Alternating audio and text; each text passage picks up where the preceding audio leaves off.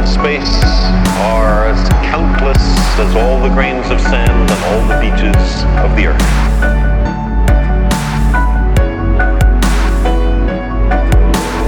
Each of those worlds is as real as ours. In every one of them, there's a succession of incidents, events, occurrences, which influence its future. Countless worlds, numberless moments, an immensity of space and time. And our small planet, at this moment, here we face a critical branch point in history. What we do with our world right now will propagate down through the centuries and powerfully affect the destiny of our descendants. It is well within our power to destroy our civilization and perhaps our species as well.